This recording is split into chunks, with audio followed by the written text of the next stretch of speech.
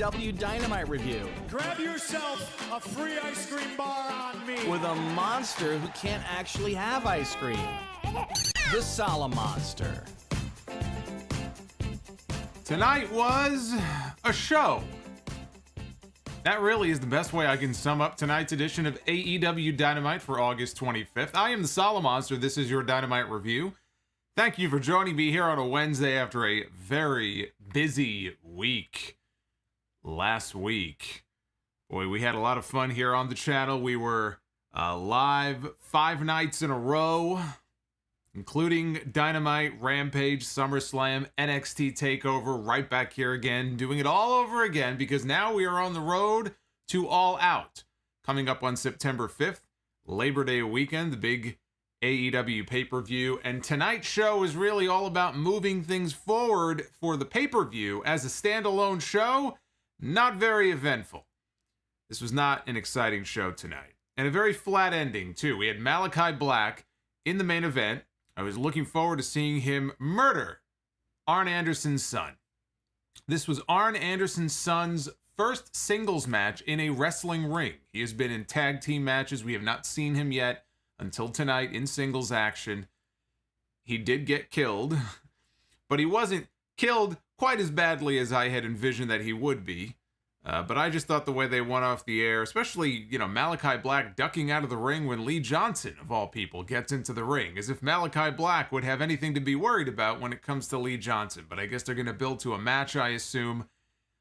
What it looks like is that he's going to run through the entire Nightmare family until Cody Rhodes is ready to come back, and then we are going to get the rematch between the two of them. That is sort of what they appear to be building towards. But I have to tell you, and part of the reason why I was not really moved by tonight's show, you had back-to-back segments at the very end of Dynamite tonight with the Nightmare Family and the Factory. I cannot bring myself to care about the Nightmare Family or the Factory. And I can appreciate the fact that they're trying to build young stars and try to get them over. Brock Anderson's brand new. As Steve Austin would say, he's green as goose shit. I mean, the kid's just starting out. Probably has no business being on TV yet. But, whether it's him or Aaron Solo or any of those guys, I don't have an issue with them trying to give them some exposure and get them over. I'm not saying put Paul Wight in the main event, put only big names in the main event. But those two segments back to back at the end of the show, it's no wonder that I felt like the show ended on a flat note. Nobody cares about the Factory. Barely anybody cares about the Nightmare Family. They would care about Cody if he came back, but do they really care about everyone else in these factions? That was kind of the theme of this show. We saw it in multiple matches up and down the card. It was not a bad show. It was just not a very exciting show, and tonight they had a captive audience because tonight was CM Punk's very first Dynamite appearance. This was the first appearance of CM Punk on AEW Dynamite. I thought maybe they would throw out, 1 or 2 matches that were not, like giving it away pay-per-view quality matches, but they have such a bloated roster. They have so many names on this roster that I was expecting them to put together matches that were a little bit more compelling than what they gave us tonight. So, yes, they moved stories forward in a lot of cases for All Out. They made some announcements about matches that are coming up on the show next week. We're going to get into all of that here. And maybe the biggest story coming out of this show was something that CM Punk said during his promo with regards to the next big AEW debut that is coming up in just a few weeks. He let it slip during his promo tonight about a certain someone who is all but confirmed now to be All Elite. So we're going to talk about that. We're going to talk about everything that happened on the show here tonight. What I'd like for you to do right now is to hit that like button. If you have not already done so, hit that like button. Super chats are open. You will see them on your screen. And I'm going to read all of them a little bit later on. And also a shout out to all of our new channel members, all the members of our family. Fuck the Nightmare family. We got the Sound Off family right here. And we picked up a lot of new channel members over the last 2 weeks. And if you are one of them, I want to say thank you. Maybe we'll pick up a couple more tonight. So I want to give a shout out to all those folks. And I want to say thank you to everybody for this, because this was pretty damn cool, I have to say. Thank you for making Solomonster Sounds Off the #1 fan-hosted wrestling show on Apple Podcasts in the United States earlier this week. And as you can see there, #8 overall when it comes to all wrestling podcasts. We had a great week last week, and that is only possible because of you. So thank you. If you are not listening to the full audio shows each week, and you enjoy the content here on YouTube, check it out. I think you'll enjoy it. We got a lot of content packed into those audio shows every week, including some history, Q&A, a lot of fun stuff. So anyway, I just wanted to say thank you here before we get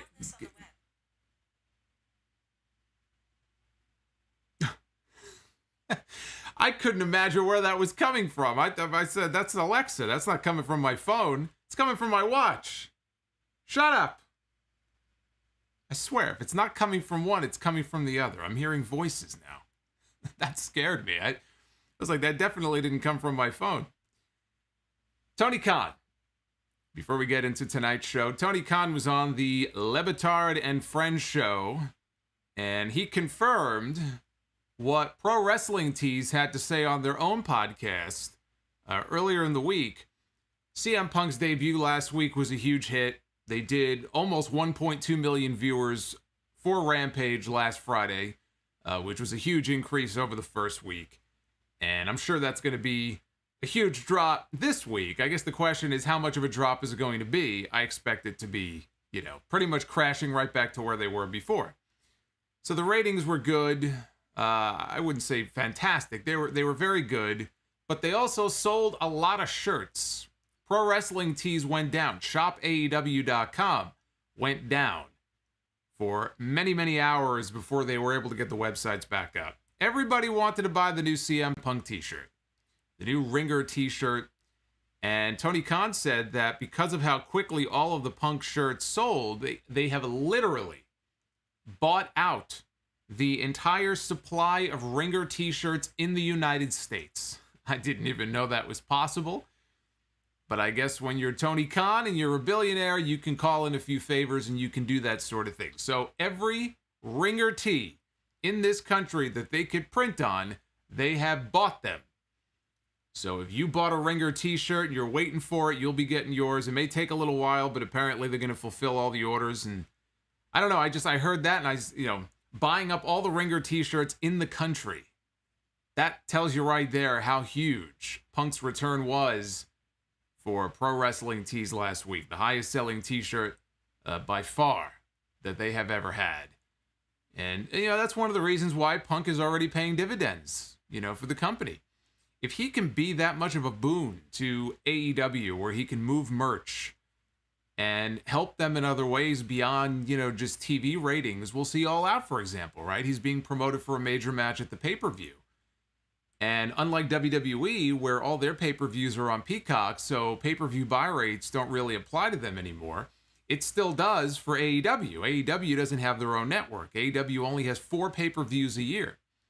This is going to be the first real test of CM Punk's drawing power. How well does All Out do with him on that card against Darby Allin?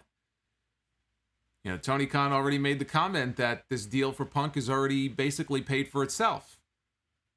That's why he's making these moves. He feels like even if he's paying a lot of money to these people up front, he feels that in the long run, if not the short term, it's going to really pay off for the company. And we'll see. We'll see what his drawing power is at All Out. Matt Hardy opened the show tonight one-on-one against Orange Cassidy. We got a comedy sequence to start with Cassidy doing the light kicks. Matt was doing the delete gesture. Matt did the hands in the pockets deal just like Cassidy does. But he pulled out $100 bills instead. And he was flashing them around. And of course, Cassidy attacked him and knocked all the money all over the ring. And he took one of the bills and tucked it away in his pocket. So Hardy caught Cassidy on a dive as he was coming through the ropes, gave him a side effect out on the floor. Back in the ring, Matt hit whole series of suplexes, and so after he laid out Cassidy, he starts picking up the money. Yeah, that reminds me of Pac-Man Jones. I just covered Pac-Man Jones and the whole TNA fiasco in the history segment a few weeks ago. And I believe that at the time when Pac-Man Jones was going out to these clubs and he was making it rain, I think one of the issues is that he was collecting the money that he was throwing down. And I think that's what led to there being some sort of an incident. And then there was a whole shooting incident. So pulling a Pac-Man Jones here. He's reaching down and putting the bills back in his pocket. He reaches in Orange Cassidy's pocket and pulls out the $100 bill that he had tucked away. He wants his money back. The Hardy family office can only be successful. You're not going to be successful by throwing money away. So he wants to take the money back. So Orange Cassidy comes back, tries for a beach break. His back is wrecked. Matt's been working his back over for the entire match. So Hardy hits the Splash Mountain Powerbomb for a near fall. Cassidy comes back again, hits a dive out through the ropes. And then he hits a crossbody off the top rope. But he got some real height on this crossbody. He got enough height that he landed on Matt's face on the way down. As soon as I saw him land, I said, ooh, let's see if he comes up bloody. And sure enough, he did.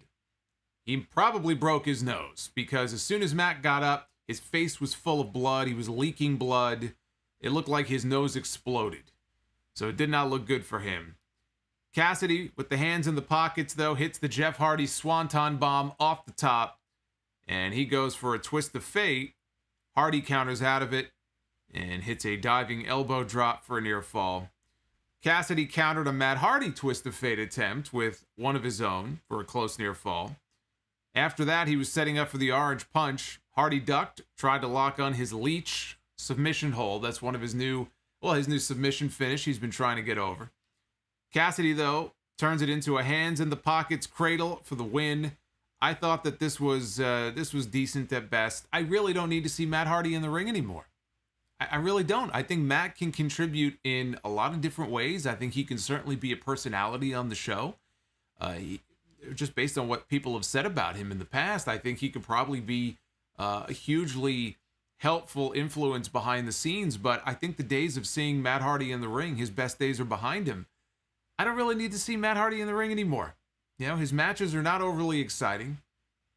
And this match in particular just was decent at best. I hope we can move on from this now, you know? I mean, the best I could say about it is that the right man won. All right? The AEW guy went over. He beat the WWE guy. But I don't think we need this Orange Cassidy, best friends, Hardy family office stuff anymore after this. We had a Malakai Black backstage promo where he agreed with Brock's father, who had a lot of trepidation about his son going into this match tonight, which turned out to be, you can see why, based on what happened at the end of the show. But he agreed with Arn in that Brock was in over his head, and he demanded that when the bell rings, Brock apologize. And if that doesn't happen, he will take out his anger on Brock, Arn, Cody, and anybody even remotely associated with the Nightmare family. Unless, of course, your name is Lee Johnson, in which case he will simply leave the ring and run away. Chris Jericho was in the ring next to address his future in AEW after losing, and not only losing, but tapping out to MJF in their match on television the week before. He said he was disappointed because he lost to MJF for the third time. Lost to him for the third time. Even worse, he tapped out. He put himself through all of that punishment, all the labors of Jericho and the light tube stuff with Nick Gage. Everything that he put himself through. And the reason he did it is because he says, I have to. It's what I do. And he said that he had to beat MJF because it's like this mantra now running through his head. Beat MJF, beat MJF. He said this over and over again. He said that he would keep calling him out until this was over. And he said, look, I'm going to propose one more match. Jericho said that he was proposing a match between them at All Out. with the provision that if he cannot beat MJF, he will never again wrestle for All Elite Wrestling. He will never step foot in a match in an AEW ring again. So it's the Roman Reigns stipulation going into SummerSlam, which basically spoiled the outcome of the match at SummerSlam. And I think that we're seeing the same thing play out here. Although, at least in this case, given the storyline and everything Jericho has put himself through, he's so desperate. I will say the stipulation here actually makes sense. It makes more sense than Roman Reigns on the Go Home show on SmackDown suddenly saying, if I can't beat you, I'm going to leave. Like, give me a fucking break. Who bought into that stipulation? You may as well just tell people who's going to win the match and not even do the match. But here, Jericho has lost to this guy, as he said, 3 times. He's desperate. He's willing to do anything, including putting his career on the line. So at least here, it's a sensible stipulation. But here's what he said. He said, I will go and do commentary full-time on Rampage. And maybe one day I'll end up doing commentary on Dynamite even. But if I have to lose this match, then I'll lose and step away and I'll go do commentary full-time. And as soon as he said that, I went right on Twitter. As soon as he made that comment, I said, Jericho threatening to never wrestle again and instead make his commentary gig on Rampage a full-time thing has me rooting as hard for Chris Jericho to win a match as I have ever rooted for this man in my life. No, we do not need Jericho full-time on Rampage. Absolutely not. I will make an exception this time and say, put the 50-year-old guy over the young guy. Because I cannot sit through Jericho screaming in my ear every Friday night on Rampage. Chris Jericho has to win this match. I might just buy a ticket if I can find one. I'll go on StubHub, buy a ticket. I'll make a Jericho sign. I'll put glitter all over it. Maybe I'll put lights in it so it lights up on TV. I'll sneak into the building if I have to. I'll be there front and center cheering on Jericho. I'll be singing Judas in the crowd. I'll be one of those guys in the crowd singing Judas. Chris Jericho must win this match now. I took this as a threat. This is a threat that he made upon all of us tonight. MJF came out. He had a great shirt on that read MJF 3, Jerablow 0. And he said that this is embarrassing. He told Jericho just to leave him alone. I have to say, he's right. It is embarrassing. Chris Jericho has continuously lost. MJF is right. Get over it. Move on. You're a loser. He's not wrong. Says the only reason Jericho is obsessed with him is that he needs the rub from the fastest rising star in wrestling. But he says, while being able to say that I tapped out Chris Jericho is pretty cool, he did admit that being able to say I ended Chris Jericho would be legendary. And with that, he accepted the challenge, and the match is now official for All Out. It will be Jericho one-on-one against MJF. You knew they were going to have a match. I said this, I've been saying this for a while now. Chris Jericho and MJF were not going to be left off the card at All Out. This is why I was puzzled why they did the fifth labor on TV. But they were building to a match with the career stipulation. And so the match itself, not a surprise, but now we know what's on the line. Jericho's career. Jericho's career and my enjoyment of Rampage each week. That is what is on the line here in this match at All Out. I have to say, though, and a lot of you pointed this out when I mentioned this on Twitter, Jericho is the smartest man in the world. This is that reverse psychology here. He knew. He went on that first episode of Rampage and was as animated and loud as and annoying and obnoxious as he could possibly be, knowing that when they announced this stipulation, he would have everybody rooting for him more than they ever have before. He knew exactly what he was doing from the moment he did commentary on that first Rampage show. That's smart. He found a way to get me to cheer for him. Smart strategy. We had the Lucha Bros against Varsity Blondes, Griff Garrison and Brian Pillman Jr. This was a tag team tournament semi-final match. The winners will go on to meet Jurassic Express on Rampage this Friday. in the finals, and the winner of that match will then challenge the Young Bucks at All Out in a cage for the AEW Tag Team titles. Young Bucks, Good Brothers, Brandon Cutler, they walked out on the ramp to observe and watch this match.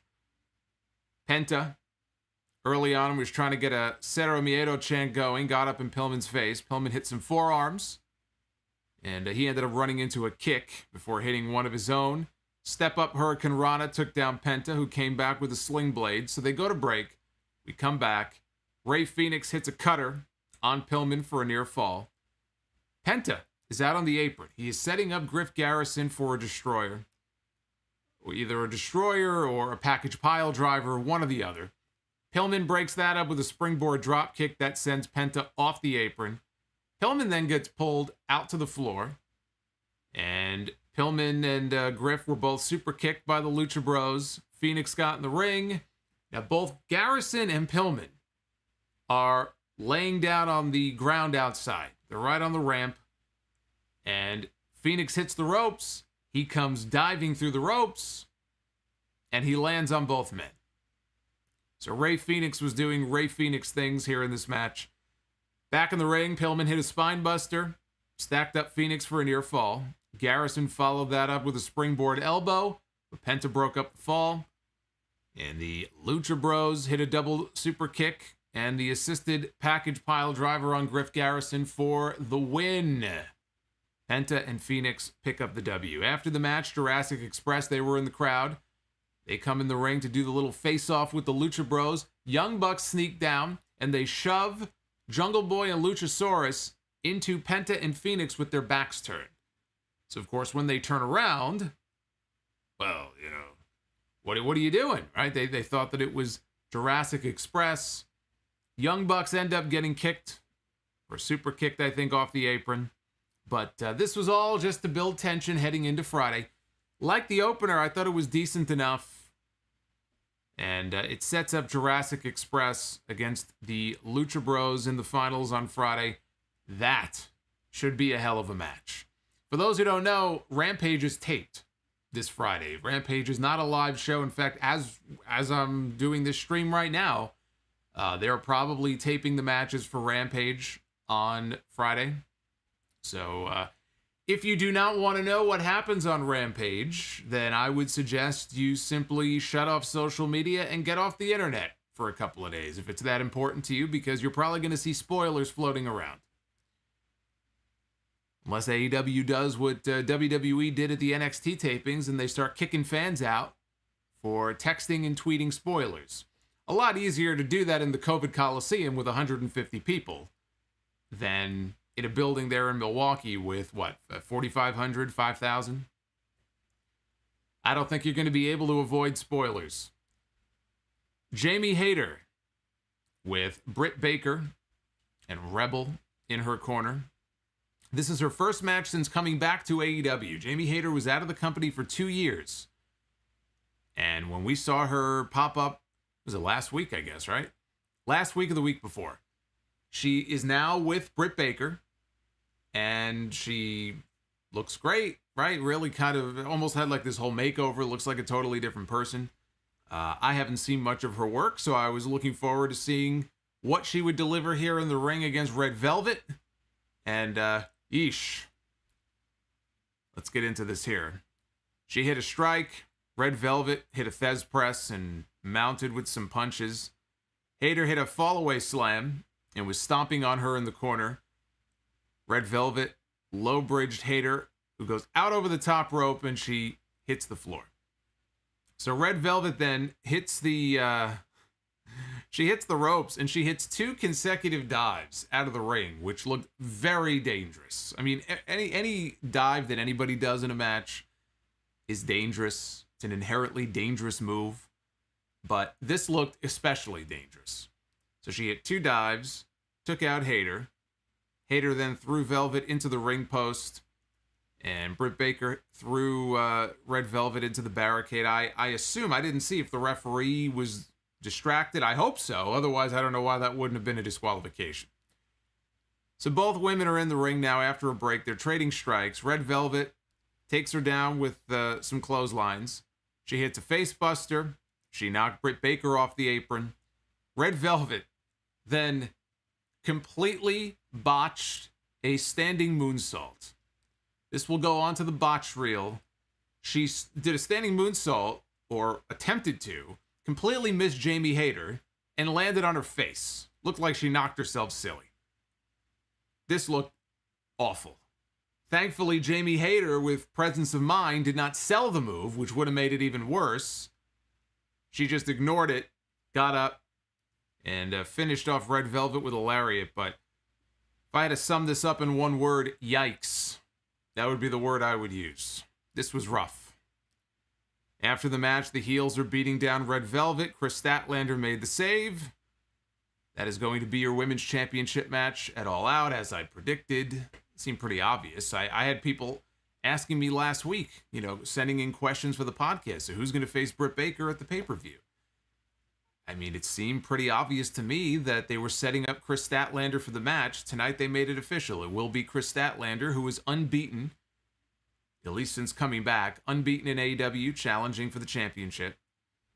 Backstage, we had Evil Uno in the Dark Order, and he was talking about how the Dark Order is all on the same page, and he made a comment, and Alex Reynolds kind of chuckled at it, and Evil Uno called him out, and this led to the two of them going back and forth verbally, and Evil Uno said, why don't you take a step back into John Silver's back pocket where you belong? And he immediately realized, I'm sorry, I didn't mean that.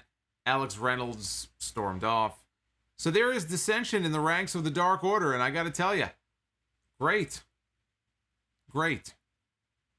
Although for some of the members of the Dark Order, it may not be so great. It might actually be in their best interest to stay as part of the group, because otherwise they're likely going to get lost in the shuffle. I'm kind of over the whole Dark Order thing. I mean, now that Hangman Page is out of the picture, he was sort of the one that was keeping them relevant, to be perfectly honest with you. And I think if they're going to keep this group together, then they're going to have to go heel again, because there's nothing about them right now that I find interesting, and they're not meant to be taken seriously, right? They're an entertaining group, and they do skits and stuff, and then, there's comedy involved, but to me, that's not, a group that I can take really seriously. So maybe the best thing for them would be, if not to turn heel, would be to just split them up and just be done with the Dark Order. If this is the beginning of the end of the Dark Order, I'm okay with it. Unless, of course, the idea is that the Dark Order is going to start building tension. They want you to think that the Dark Order is done. But then they bring in somebody new to lead the Dark Order and repair the fracture within the group. Now, when Bray Wyatt was released by WWE, we talked about this. I went live to talk about all the releases, and I talked about it on the podcast. So we've talked about this before. Should Bray Wyatt go to AEW? If he goes to AEW, should he be the new leader of the Dark Order? Should he follow in the footsteps of his good friend Brody Lee and take over in the spirit of Brody Lee, take the Dark Order over, but really take them in a dark direction? There is nothing dark about the Dark Order right now. Maybe Bray Wyatt comes in and he takes the group down a sinister path. Maybe. The rumors seem to be that Bray Wyatt may end up in AEW. And if he does, I wonder if maybe this is the beginning of a story where this tension in the group leads to them needing a new leader. Maybe that new leader is Bray Wyatt. It's just an idea to throw out there. It's very possible. But if they do break up, I won't shed a tear. Tony Schiavone was in the ring. Tony Schiavone was actually going to be the one to introduce CM Punk on Rampage last Friday. The original plan was for Tony Schiavone to be in the ring introducing Punk in Chicago at the United Center. And I got to tell you, I'm really, really happy that didn't happen. I'm glad that Tony Khan changed his mind and they did the Punk appearance the way they did, because it was perfect. And I'm not going to say that if Tony Schiavone was in the ring and he introduced them, it would have ruined it. But I don't think it would have packed the same punch. I liked it when you had the crowd chanting Punk's name and all of a sudden the music hits and they just lose their minds. I think it worked so much better that way. And Punk just came down, he took the mic, Nobody else had to be in the ring. The only one who needed to be in that ring was CM Punk. So I'm glad they changed their mind. But tonight, Tony was in the ring, and he did introduce CM Punk. And this was the first time all night up to this point, and really all night, I think, in general, that this Milwaukee crowd came alive. The Milwaukee fans actually came alive, and they were loud for Punk. This was not, Chicago loud, but it was very loud in the building. And anybody who was at the building, I would love to hear from them and get their perspective on how loud the reaction was. But it sounded, very good. And I like the way Shivani actually opened the segment before he even brought Punk out. He said, I'm a wrestling announcer, but I'm a wrestling fan first. You could tell how happy he was. I think he told the story on his podcast after Rampage on Friday, how Punk and Shivani and Tony Khan and Tony Khan's girlfriend and a bunch of other people all went out to dinner after the show that night. They were out until 2 a.m. Shivani didn't even sleep. He got back to his room at 2:30 and realized he had to leave at 3:30. He's like, fuck it, I'll just stay out. That sounds like me in college. I had many a night like that where it's like, you look at the clock and it's like, what's the point in even going to bed? You may as well just stay up.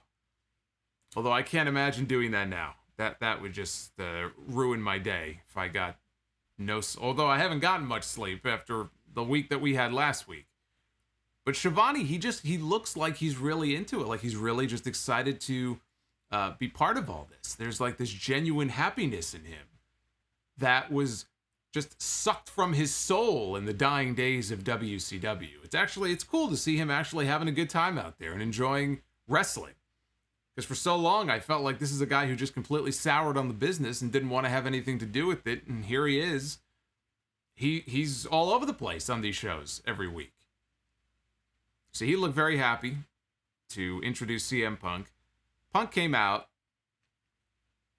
and Shivani asked him, what is it that brought you back? What was it that brought you back to wrestling and that brought you here to AEW? And Punk starts rattling off some of the names. Penta, Ray Phoenix, he mentioned Jungle Boy, but he said there's one guy above all, and that guy is Darby Allin. And he said that when he sees Darby wrestle, he thinks, can CM Punk still go? Do I still have it? Am I still going to be that same CM Punk? So when Punk was 15 years old, Darby would have been his favorite wrestler. Doesn't fit the mold. He's not the biggest. He's not the strongest. He's a little weird. But he's got heart.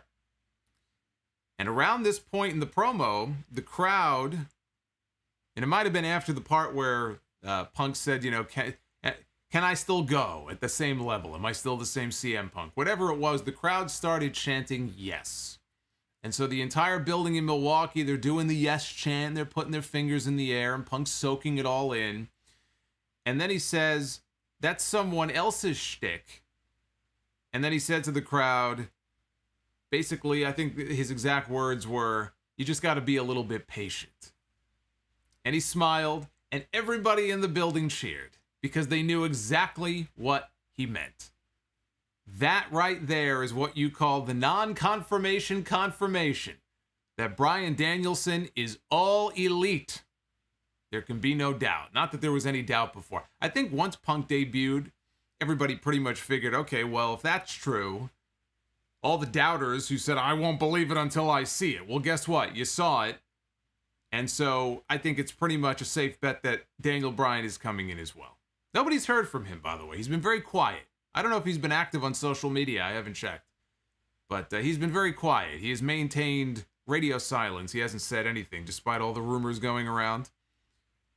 But yes, this was the non-confirmation confirmation that Bryan Danielson is on his way in.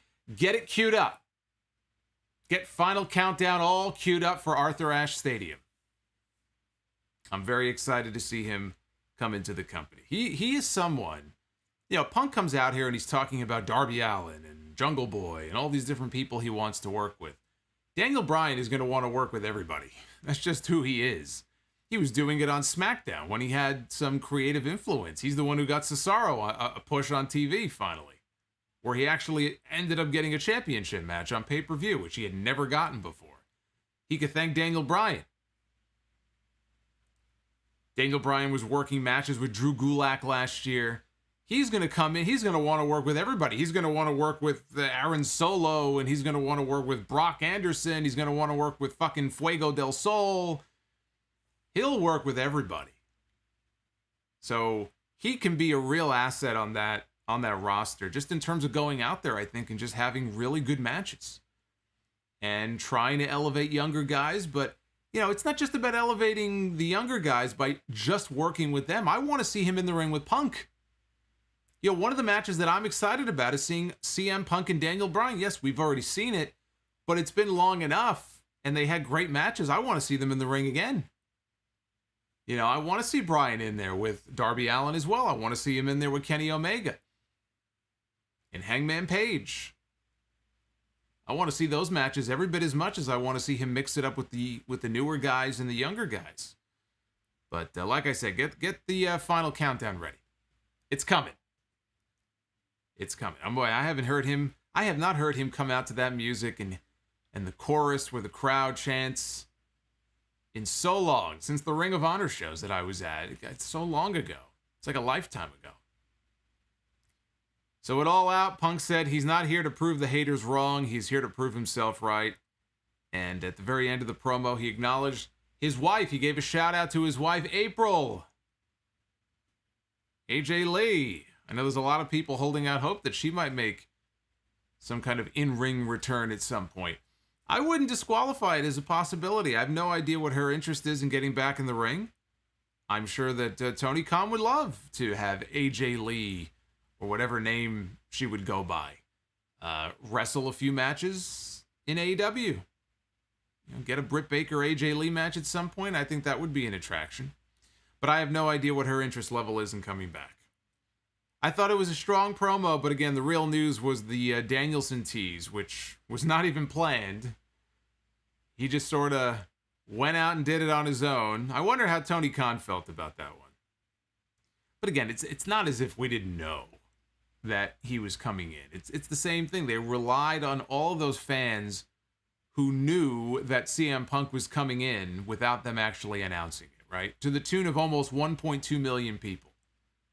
That's without even announcing that he would be on the show. Not one commercial mentioned that CM Punk was going to be on that show last Friday, and they still did almost 1.2 million people. The Punk segment did over 1.3 million, which just proves that you can actually pop a number just based purely on social media and internet speculation without announcing anything. So I think they know that people, you know, most of the AEW fans figure he's coming in. If I'm Tony Khan, I'm not bothered by what he did tonight at all. I'm smiling from fucking ear to ear. He's probably sitting back there with a big cheesy smile on his face. He's loving this. How could you not? If you're the promoter, if you're Tony Khan, first of all, Tony Khan, he's the biggest CM Punk fan. I said this when they had the media scrum after Rampage last week, and he was sitting next to Punk for an hour almost answering questions. That smile, except when when Punk mentioned Brody Lee. And all of a sudden, his demeanor changed. Aside from that, he had a smile on his face, Tony Khan did, the entire time. He looked like a fan who won a contest to sit next to CM Punk for 45 minutes. He was beaming. So he's on cloud nine right now. All these new signings, all this buzz, all this momentum that this company has right now. Everyone's talking about AEW. He's got to be loving it. So if Punk goes out there, even if they didn't plan on doing it, and he's dropping a little hint about what's to come, Tony Khan's got to love that. Because, you know, once the Punk buzz dies down, we're in a honeymoon period right now. Punk's going to go from city to city for a few weeks and going to get these big reactions. And then he's going to have that first match, and they're going to be in Chicago, so of course the place is going to go crazy for him. The week after Chicago, the week after All Out, we're going to see. Now, they're going to be in the East Coast. They're going to be in Newark. Punk's going to get great reactions in all of those places. In New York, Arthur Ashe. But we are in a honeymoon period with CM Punk right now. As the Punk buzz begins to die down a little bit, it's going to die down, if it does, just in time for Bryan Danielson to debut. And it's going to start all over again. And Tony Khan knows that. Bryan Danielson is the ace up his sleeve. And who knows who else he may get, right? We still don't know what Adam Cole is going to do. Adam Cole may be free and clear after this Friday if he doesn't re-sign with WWE. I mentioned Bray Wyatt a little while ago. We don't know if he wants to go there, if Tony Khan's interested in bringing him in. So there could be many more aces up his sleeve. But, you know, the way everything sort of worked out for him is perfect. Now, you don't want to bring in too many more guys than that because then it just gets a little ridiculous. But I was thinking about that. When and if the Punk buzz really starts to die down in a few weeks or in a month, all of a sudden, boom, you get another infusion with another big name. And it starts all over again. And then you'll have the honeymoon period for Danielson. And so if AEW can carry that momentum into October and November, right on into their next pay-per-view, right? Full Gear is going to be in November. This could be a huge fall period for this company. We had a promo from Miro, the reigning TNT champion, who admitted to being wrong about Fuego del Sol, but he does not forgive Eddie Kingston. And he says that he will find Kingston because he is the Redeemer, and his wife will love him because he is the champion. Bring me the Mad King before I burn this place to the ground. I'm enjoying this Redeemer character. I have to say, I am enjoying Miro the Redeemer. Speaking of Eddie Kingston, he teamed up with Jon Moxley and Darby Allin to take on the Wingmen, Ryan Nemeth, J.D. Drake, and Cesar Bononi. Bononi was beating up Moxley when they came back from break. Moxley tags in Kingston, and there was a distraction from Ryan Nemeth. It allowed J.D. Drake to take out Kingston, but Moxley bit Drake's face. He tried to take a bite out of his face as Eddie Kingston tagged in Darby Allin. He had an Avalanche Code Red. He was laying in some slaps until Peter Avalon tripped him up. And when Peter Avalon did that, outside the ring, Sting, who was in Darby's corner, Moxley and Kingston all went over and beat up Avalon. Nemeth then brought a chair into the ring, and Moxley and Kingston took him out. He didn't do anything with it. Moxley and Kingston took him out. Allin hit a stunner on Drake and hit the coffin drop for the win. This was quick and painless. This was just an opportunity for them to get a whole bunch of people in the ring, including Darby Allin, who, of course, they want him to get some reps on TV leading into the match with Punk at All Out. Daniel Garcia runs out. He attacks Darby before fleeing. As soon as Sting and Kingston and Moxley come in, they see what's going on, he flees. So yet another appearance by Daniel Garcia. Again, they must think the world of this guy. They keep putting him in these situations on TV. I have to assume that next week, maybe next Friday, we're going to get Darby Allin and Daniel Garcia. We had Ty Conti, who was in the back, being interviewed by Alex Marvez about the upcoming Casino Battle Royal with the women, which is going to be on the buy-in pre-show for All Out. And in comes the Bunny. Oh, he also wanted to ask her about the infighting of the Dark Order. But before she could answer, before she could say anything, here comes the Bunny. And the Bunny said that there's a spot for her in the Hardy family office. And Ty Conti ripped up the contract that Bunny presented to her, and Bunny slapped her, and they had a little cat fight. And that was the end of that. Then we had a really cool segment. It was brief, but I like this. It was a video package with Dax Harwood talking about the injury to Cash Wheeler, saying that the nerves in his arm are not firing the way they should be, and there is some question about whether or not he'll even be able to come back. And so there's question about the future of FTR if Cash isn't able to return. But then Cash appeared, and he had a wrap around his forearm, and he said that they needed one more match so they could get their pound of flesh from Santana and Ortiz. Says, where I'm from, you rub a little dirt on your wounds and you keep going. Or if you're Sabu, you send Bill Alfonso to 7-Eleven to buy a bottle of super glue. And you pinch the wound shut and you super glue it, like he did in his match with Terry Funk all those years ago, the barbed wire match in ECW. Covered that on the history segment a few weeks ago. So the match against Santana and Ortiz, we found out later on, is going down next week. So I guess Cash Wheeler is well enough. They have cleared him. They're not waiting for All Out. They're doing it on television next Wednesday. And I have to assume the reason for that is because Santana and Ortiz are going to get their win back. If you remember, FTR won the first match, the match where Cash got hurt. Dax got the pin, I think, on Ortiz in that match. So I look at this and I say, Santana and Ortiz, they get the win next week, and there's still time then to set up the rubber match at All Out. I still think these two teams will have a third match at All Out. They have the match at All Out. Santana and Ortiz go over again in that match, and that then paves the way for the Dynamite Grand Slam show on the 22nd. Tag Team Championships. Young Bucks, assuming that they retain at All Out, which I believe they will, defend against Santana and Ortiz in Queens. The setup is right there. It's all right there. That would be the place to do the title change. The Bucks have been champions for a very long time. If you want to blow the roof, if there is a roof, I guess it depends on the weather. There is a retractable roof at Arthur Ashe Stadium, so it may or may not be up that night. But if you want to blow the roof off that building, that's what you do. You have the Bucks drop the belts to Santana and Ortiz. In New York. You do the title change in New York. Come on, bro. New York. In Queens. Right across from the Chop Shops. That's where Citi Field is. Where the Mets play. That's where the Mets belong, in the Chop Shop. Tony Schiavone, back in the ring to interview the AEW World Champion, Kenny Omega, who was out there with his entourage. Michael Nakazawa was out there, and Don Callis was with him at his annoying best. And of course, Callis immediately pulls the microphone out of Tony's hand.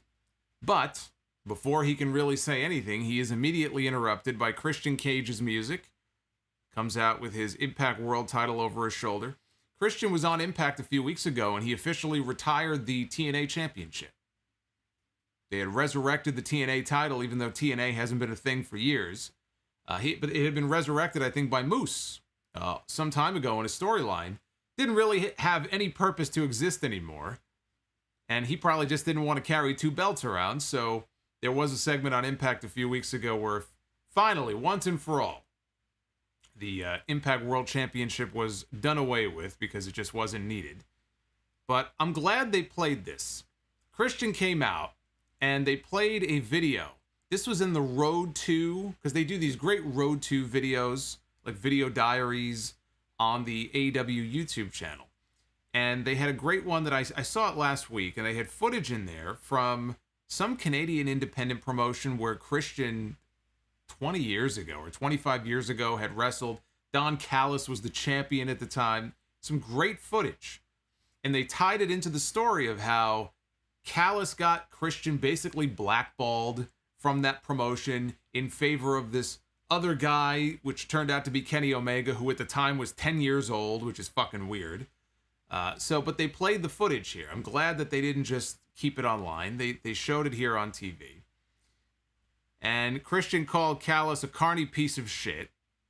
Callis, though, talked about himself. He likened himself to the great promoters who looked out for their family. Vern Gagne, Bill Watts. He name-dropped Vince McMahon, who got booed. These people watch Raw. But he said Omega wasn't Eric Watts or Greg Gagne. That's the difference. Christian said that he wasn't sure if it was more pathetic that Callis manipulated 10-year-old Kenny Omega, insinuating that he was like grooming this guy, or that adult Kenny Omega still allows it to happen. Omega in here looked at Christian and said, "You think you know me? You think you know me?" Callis said that at All Out, Christian would find out what Callis has known his entire career.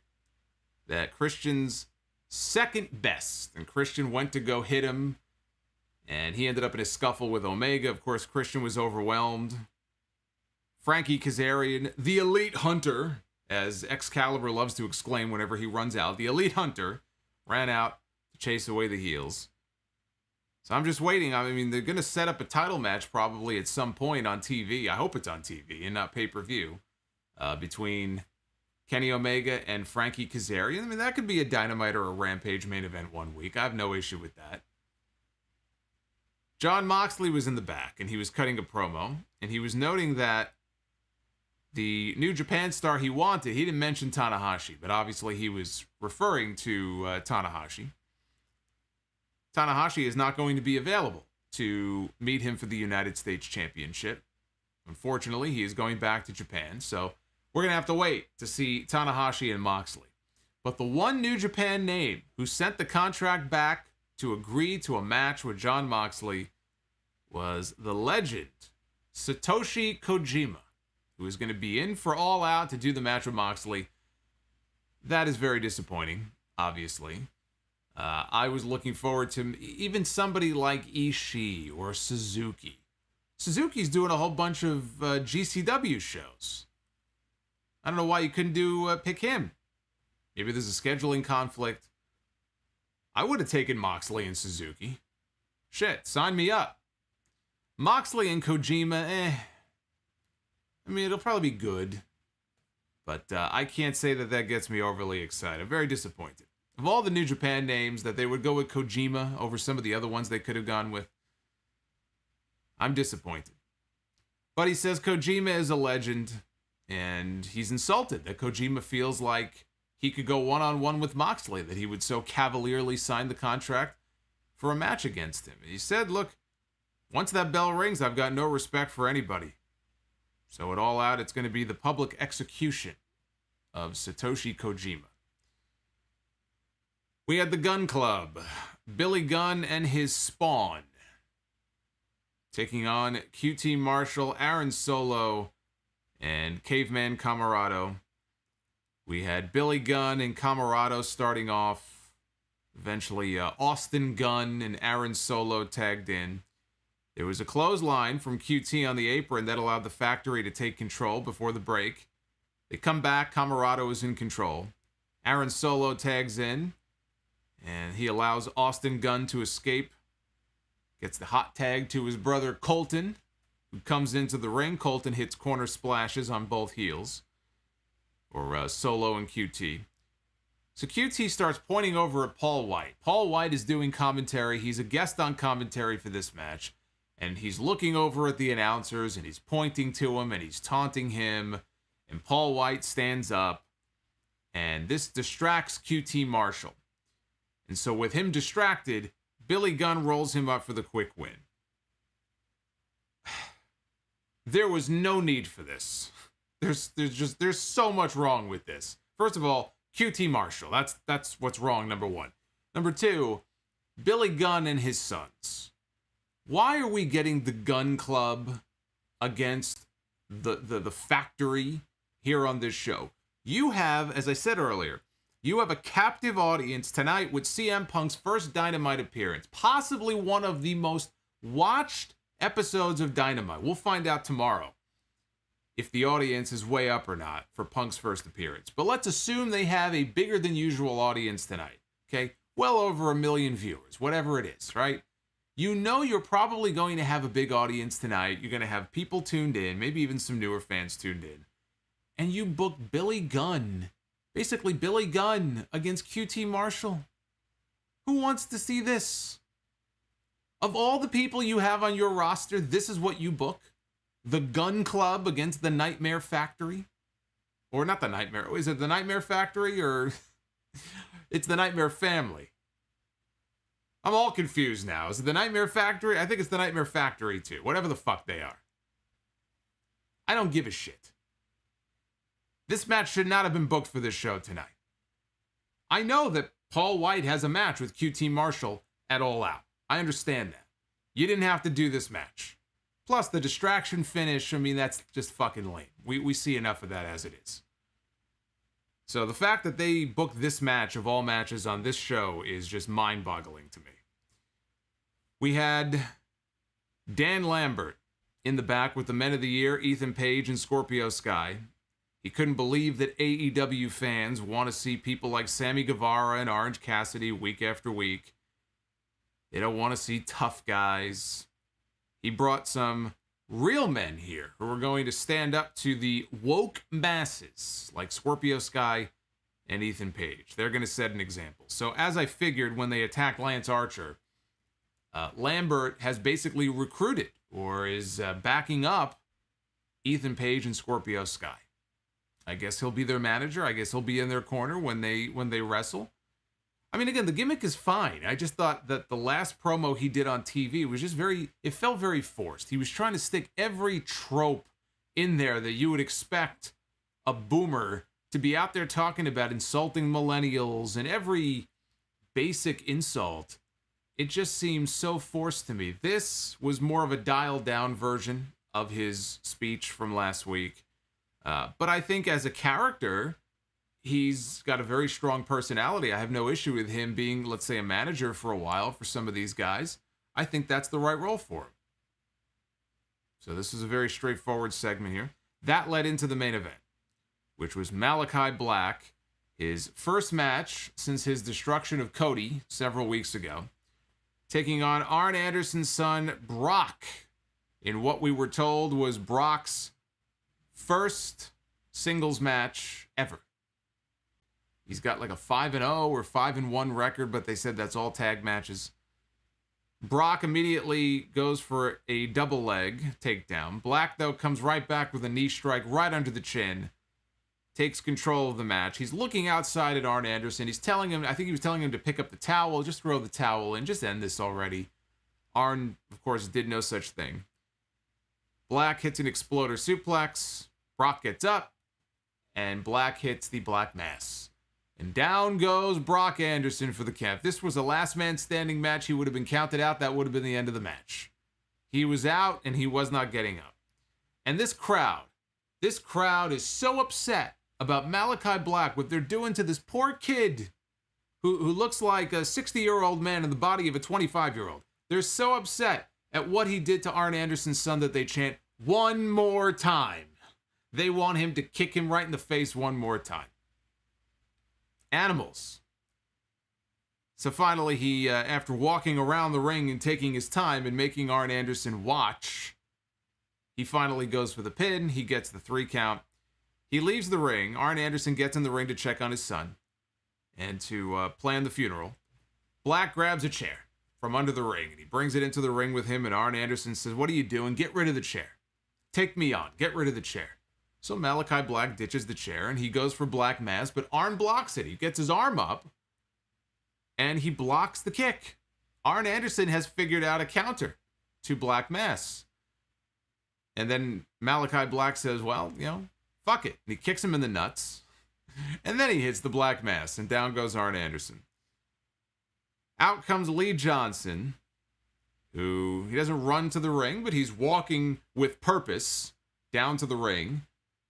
And Malakai Black, who should have just looked at this kid and laughed, and as soon as he got in the ring, kicked his fucking head into the 5th row, he leaves, because they're probably setting up for a singles match, so you don't want to give it away just yet.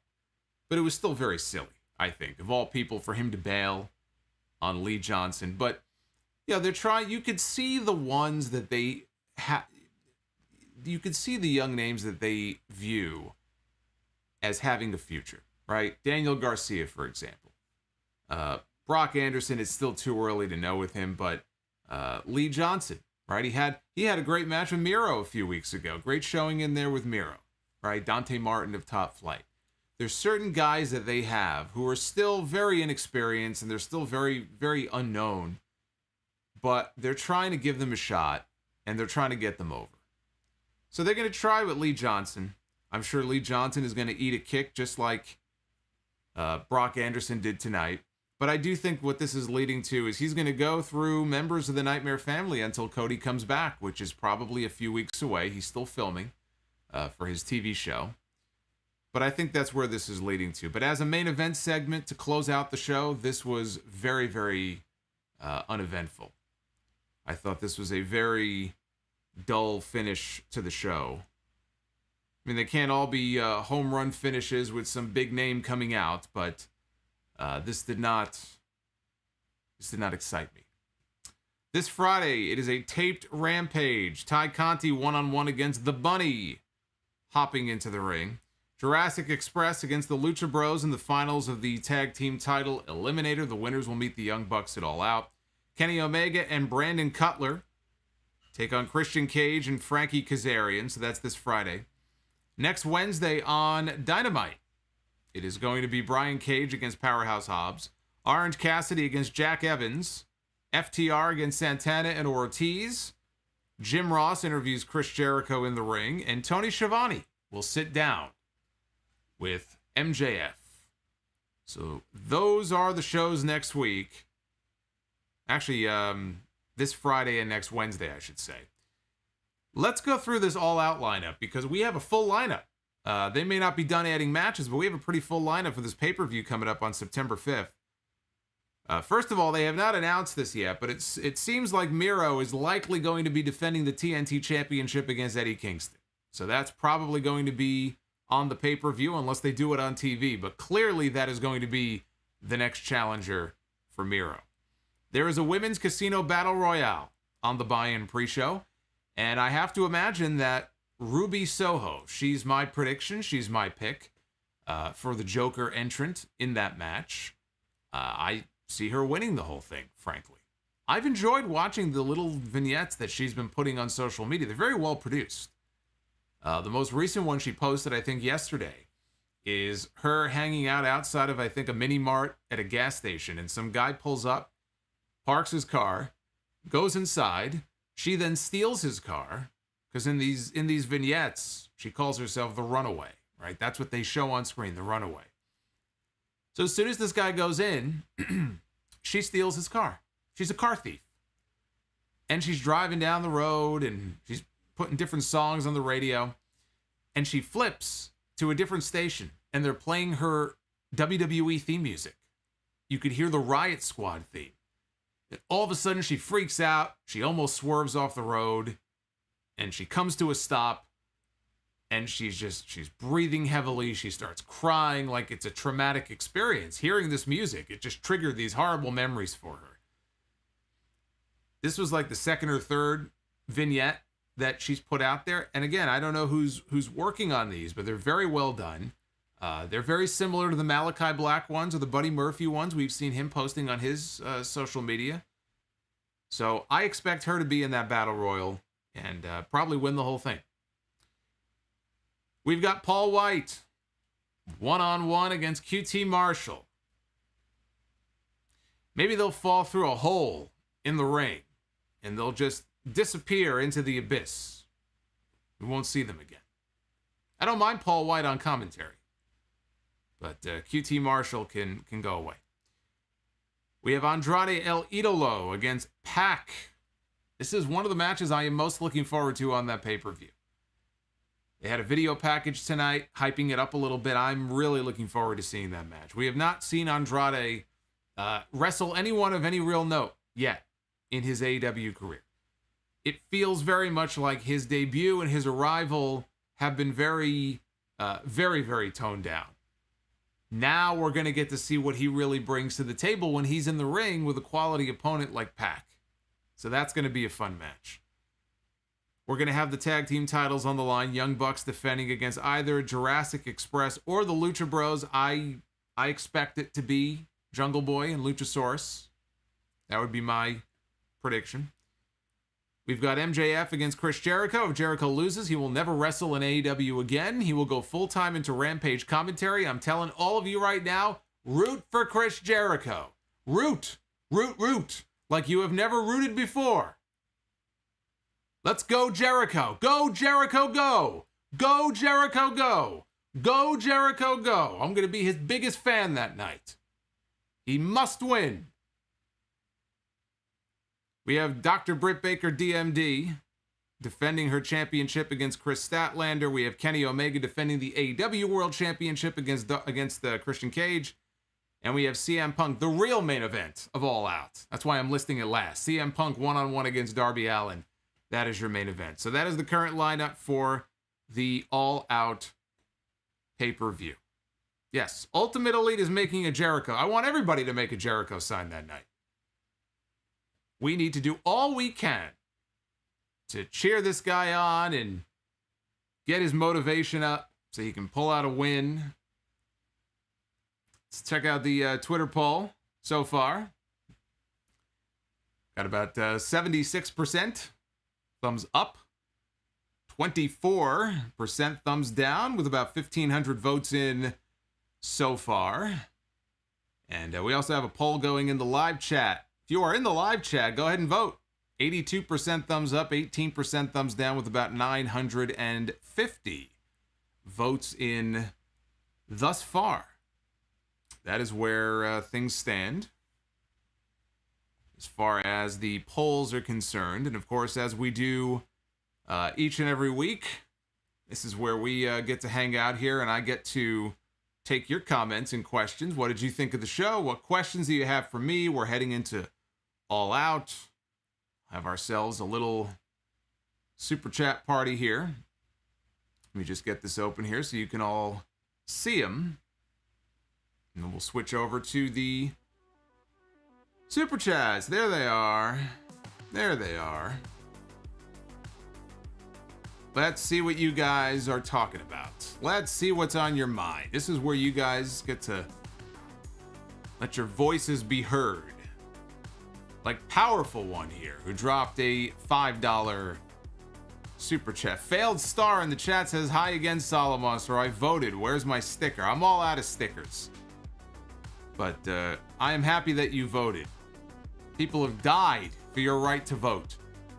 You should be proud. You should be proud that you have casted your vote here.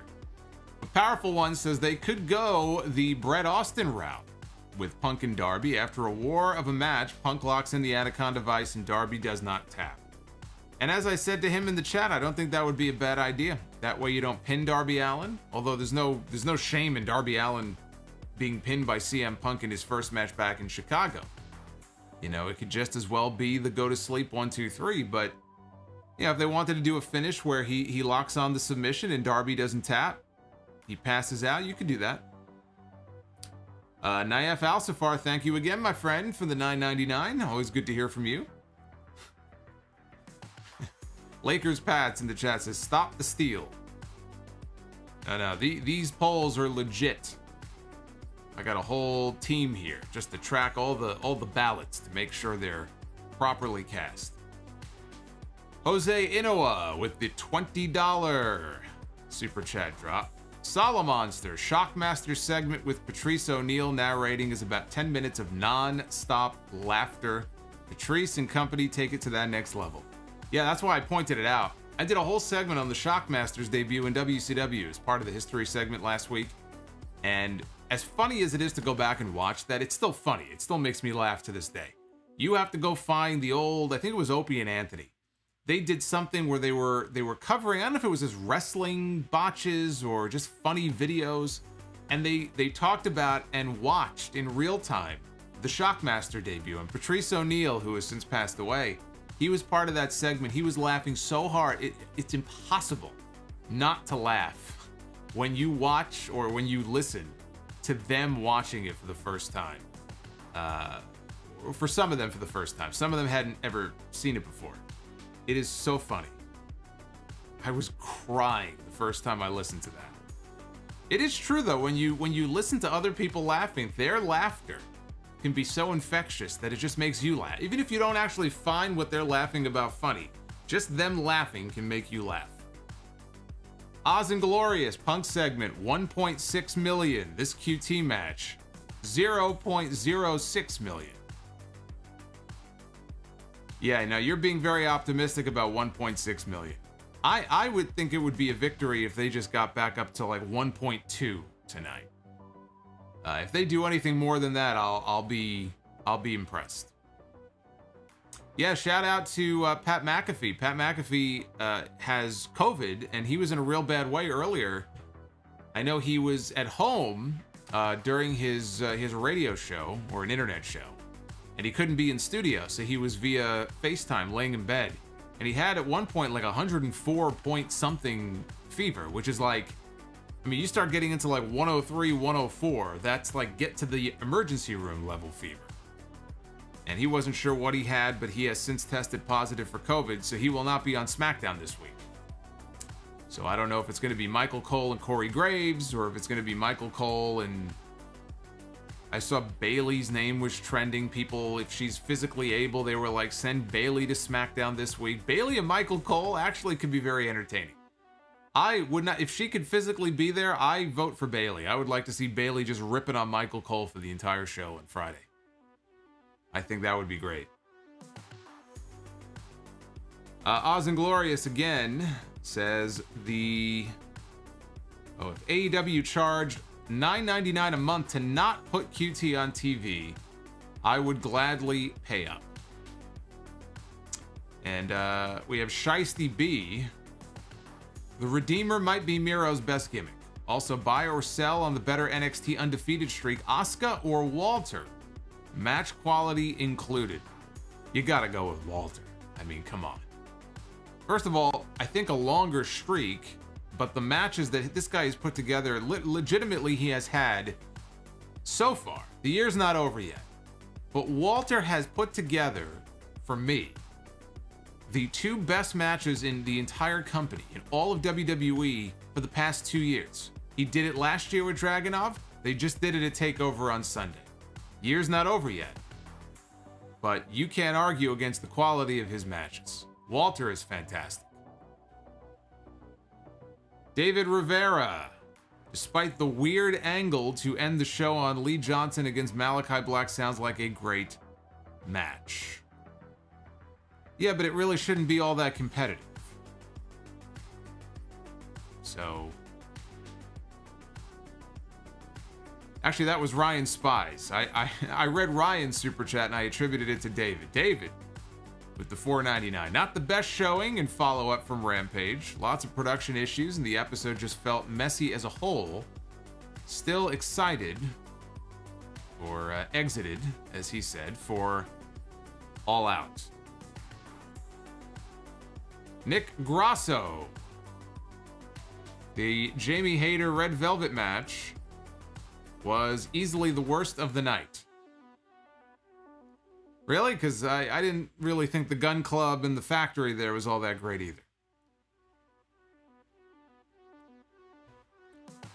Tuxedo T. Servo. Other than Velvet throwing herself all over the place on her outside bumps, a meh show. I know you have to hold back for the go-home, but yikes. So that was the word that I used. When I finished reviewing that Red Velvet match, that was the word I used. Yikes. Nick Grasso, with all of the chaos going on in the Dark Order, maybe Bray Wyatt can get them back on track. We're on the same wavelength. Just talking about that during the review. Ryan Spies. Colton Gunn's undefeated streak continue. I wasn't even aware of the fact that he had an undefeated streak. You're paying more attention to the Gunn Club than I am.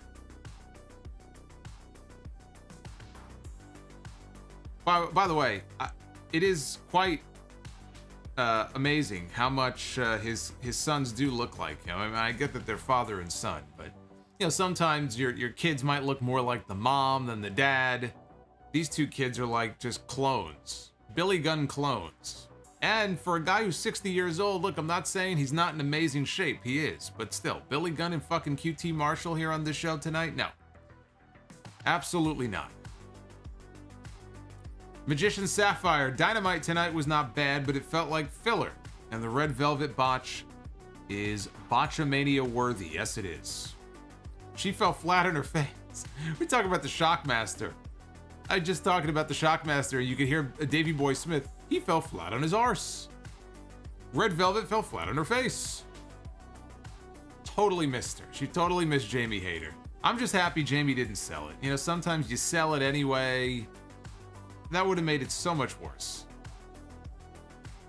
Rodimus Prime, congrats on the success on Apple. That said, anybody but the Nightmare Family and the Factory.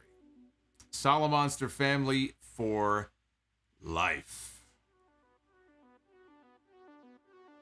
Thank you to King Solomon in the chat, reminding everybody to hit that like button. It does help out all of the videos here on the channel. If you want to support the channel, can just hit the thumbs up. It's as simple as that. Samoan fan 101. Adam Cole left WWE. He could be in AEW by All Out. He has not left yet. That was a false alarm. He has not left yet. But as of Friday, he may be a free agent. If he's got any sense about him, he will be a free agent. I don't know why wouldn't you want to be a free agent? Test the waters. See what kind of offer you get. It's the smart thing to do. Doesn't mean you can't still sign with WWE. What are you in such a rush for? KD, dropping 10. Good lord, I have to choose between another MJF Jericho match or have to endure him on Rampage commentary. I lose either way. I buy on Solomonster, wrestling Marco Stunt, and maybe Jason. I think I could take him. Actually, I was around him on the Jericho cruise. I know I could take him. I know I could. You put me in the ring with Marco Stunt, I guarantee I could take him. Sohail with the $4.99. Hey Solo, how would you book Adam Cole's AEW career, assuming he is jumping? Further, your thoughts on Black and Andrade work going forward. Well, we're about to see what Andrade can really bring to the table in that match against Pac. Malakai Black, he's just getting started. I got high hopes for him. Adam Cole in AEW. I know a lot of people have said him and Britt Baker, they could be, a combo or something. I don't necessarily think that's needed, at least not right away, when he debuts. As far as what he would be doing, I wouldn't, thrust him into the title picture right away or anything like that. But I would be very interested to see him in the ring with Bryan Danielson. It's a match I've never seen before. It's two, guys who can work, they can go. I wouldn't want to waste too much time, frankly, in putting the two of them in the ring against each other. I really wouldn't. In fact, you could even come up with an idea where if Bryan is going to debut at Arthur Ashe on the 22nd, I would almost come up with some kind of an angle where Cole attacks him.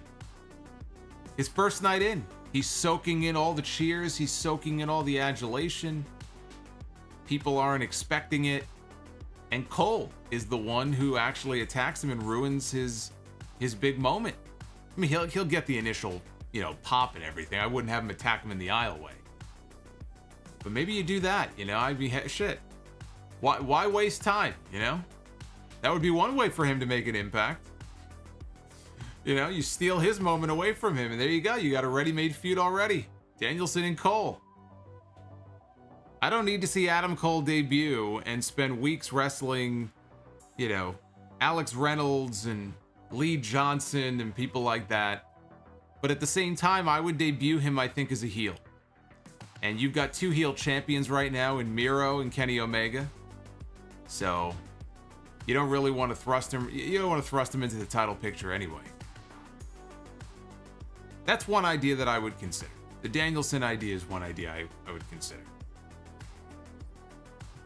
Dried chicken without flavor.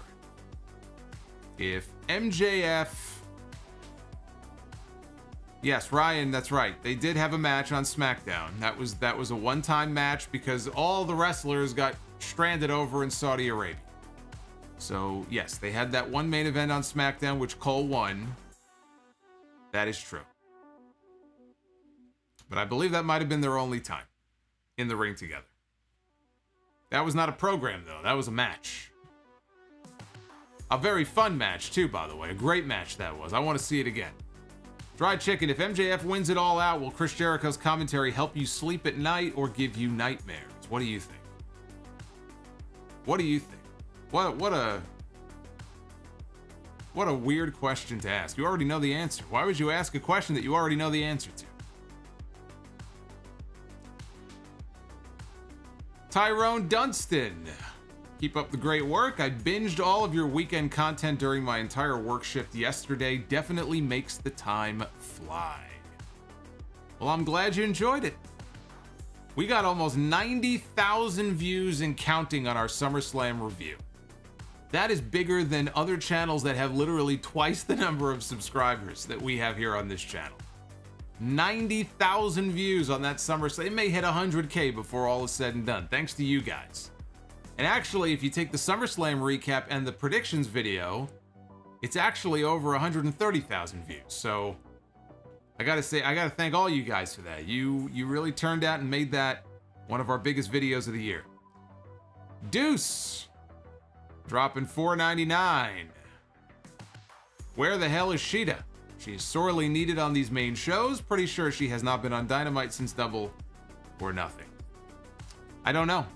I don't know if she's here. I don't know if she's back in Japan. I don't know. But, you know, she was champion for so long, and, you know, she's not going to be in the title picture at the moment. So maybe they just don't know quite what to do with her or where she fits in. They could just be waiting for a place to kind of plug her in to a story. I would think that we'll see her in the Battle Royal, though, at All Out. I would be surprised if she wasn't one of the 21 women who was in that Battle Royal.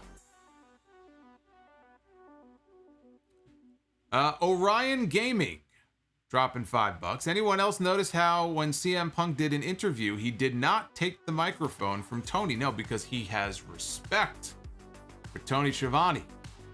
He has respect for the interviewer. The interviewer is the one with the microphone in his hand. You do not remove the microphone from his hand. With Don Callis at this point, it's just part of the shtick. It's everybody else who would take the mic out of his hand that was pissing me off. Daniel, the most over guy on SmackDown, is Pat. I guess he's saying Pat McAfee, I guess. I don't know what that means. Dry chicken without flavor. Do you see Andrade with Ric Flair by his side going after the NWA World title against Nick Aldis? Very possible. I saw Flair, I think, is going to be making an appearance, isn't he, at the NWA pay-per-view coming up? So, Andrade working a match for the NWA? I don't know what he gets out of it, but I could see that. Samoan fan, Adam Cole as the leader of the Factory. No. No. You keep Adam Cole away from the Factory. You keep him away from the Nightmare Family. Ryan Spies, Goldberg fears Colton Gunn. Hulkling93, have you seen the Ahmed Johnson promos from the WWF Warzone video game? Seen them? I played the game when it came out. Of course I saw them. I didn't understand a fucking word he said. But I saw them. I laughed my ass off at the time. They should have put subtitles in that video. EJ Slemp, I think Cody finally turns heel when he comes back. Do you agree? And who would you feud him with first, Punk, Danielson, or Moxley? I don't see him going heel anytime soon. So the answer is no. I disagree. I don't see him going heel. Quintus Brown, JD Drake did his best cosplay of Roadkill from ECW. Amish Roadkill. That is a name I haven't heard in a while. I wonder what Amish Roadkill is up to these days. Anybody keep tabs on him? Is he still wrestling, maybe? On the independents? Dry chicken without flavor, Malakai Black would get super heat if he invades Cody's home and attempts to kidnap Cody and Brandy's newborn child, only to vandalize the baby room. That is creepy as fuck. They should put you on some kind of watch list. You coming up with ideas like that. The child was just born. I don't think we need to involve the baby Rhodes just yet. Abdul Rahman, have you seen episode 2 of Heels yet? And yes, I think they should rename it The Script. I have not. I am behind. I have not seen episode 2 of Heels. I have not seen episode 1 of The Walking Dead because the season just came back. I did watch the Bob Ross documentary on Netflix, which depressed the fuck out of me. It is not an expose on Bob Ross, but it's a very sad story about the people who are in charge, basically, of his estate and who control his name and his likeness. And it's not his son. His son has basically been cut out of all of it. And it's a fucked up story. It really is.